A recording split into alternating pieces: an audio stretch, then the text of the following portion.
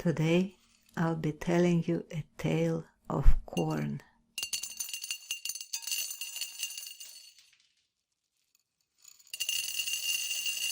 I bet you expected it to be yellow. But no, this is what I grow, harvest, cook, eat, and admire. Purple corn from some southwest USA pueblo. Quite beautiful, like little polished jewels, garnets.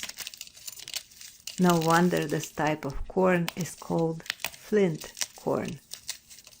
Kernels hard like a rock. Did you know that corn was bred to become corn more than 9,000 years ago? It all started in the highlands of Mexico when someone looked at a wild grass called teosinte and saw its potential. Who was that person or persons? We will never know. But here it is, this wonderful plant living now alongside the humankind, sustaining us in so many ways. Most of us do not even know the full spectrum of its beauty, the variations of colors and qualities neatly packed in husks. Corn silk. It is medicinal and is used to help with high blood pressure and cholesterol, diabetes, kidney stones, inflammation of the prostate or urinary system, and for bladder infections.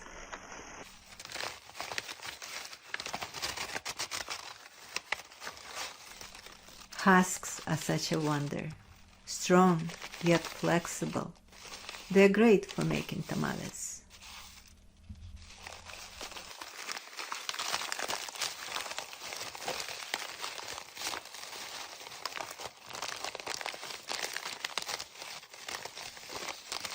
Of course, you recognize the majestic maize plants. They always look the same, no matter which variety it is. Maybe a smaller plant, maybe a bigger one, but all similar looking. Yet, peel the husk covers, and you will discover a whole world of shapes and colors. Flint corn, sweet corn, damp, pop, flour, waxy sticky corn, and the heirloom varieties. All those types of corn or maize or maize offer something special for communities all over the globe.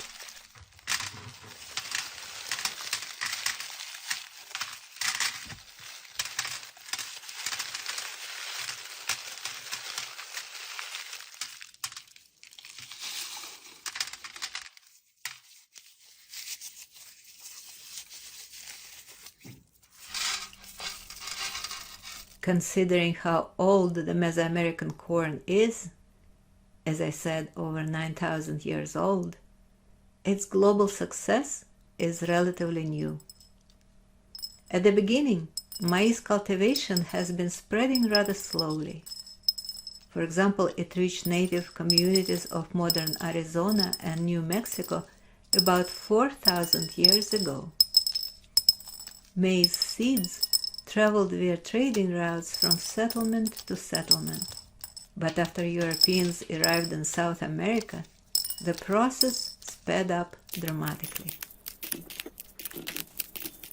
Spaniards brought maize to Europe in the late 15th century, and by the 18th century, it became one of the staple foods among the peasantry in Spain, Portugal, Italy, southern France.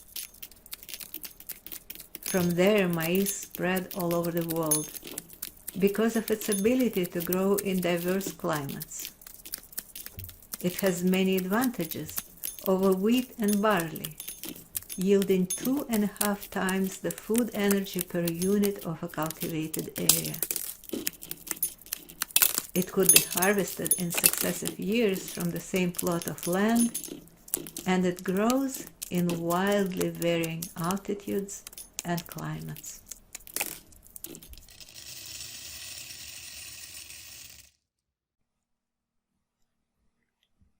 Besides the fact that maize is an annual grass, which means that its life cycle between a sprouted seed and a fruit bearing at the end of its life fits within 1 year or less, a few months, what else is of interest for a random factoids collector like myself?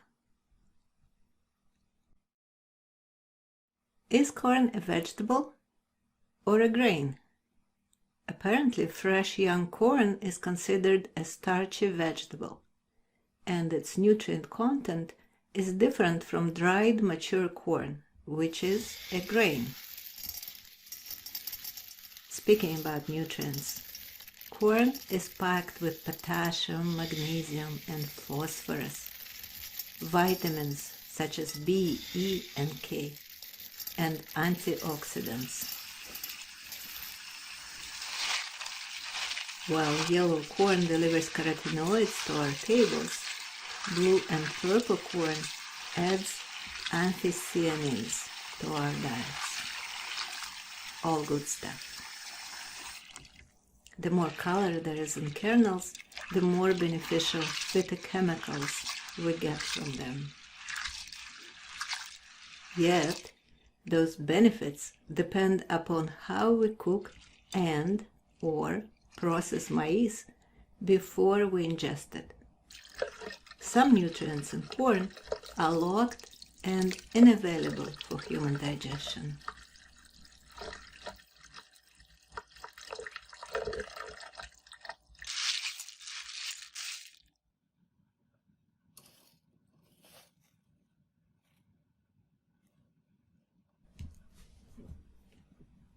The ancient cultivators of maize came up with a curious method of cooking the grain called nixtamalization.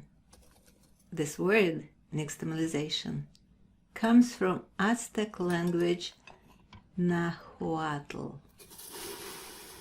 in which the word nextly means ashes, and tamale means unformed maize dough.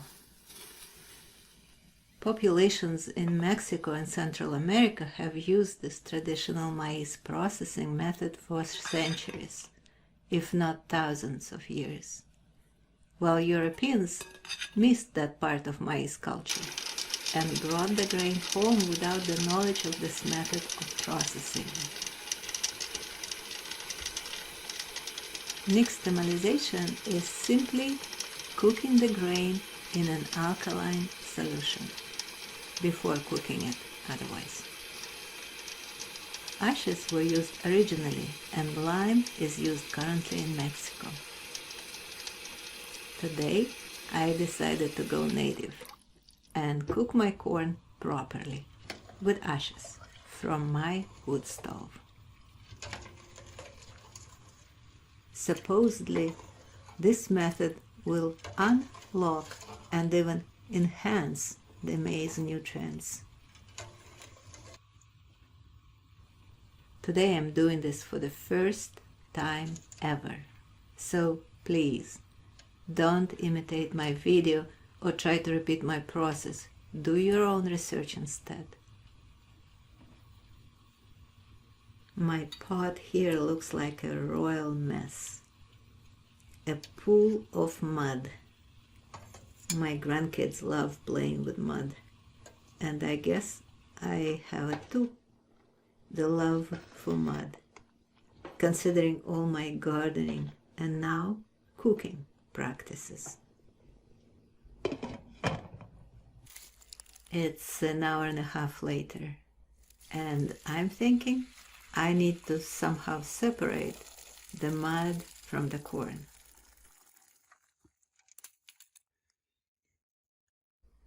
It looks like thick cacao.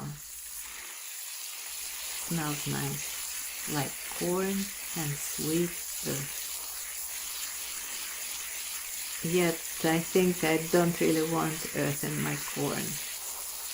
And the garden hose proves to be helpful here, once again. I think I'm getting the process right. The kernels are soft to touch, a bit slimy, and the skins are peeling off.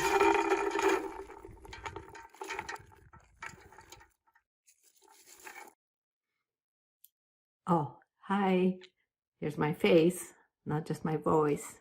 Anyhow, I'm gonna taste what I cooked. I'll be really brave.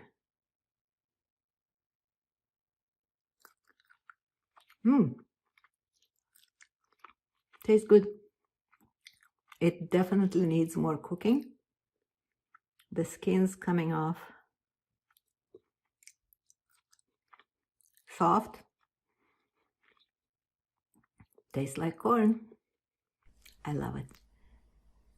Well, at this point I'll say goodbye. I hope this video entertained you a bit. Plus maybe you've learned a thing or two. Feel free to browse my channel for more. Subscribe. And most importantly, be well.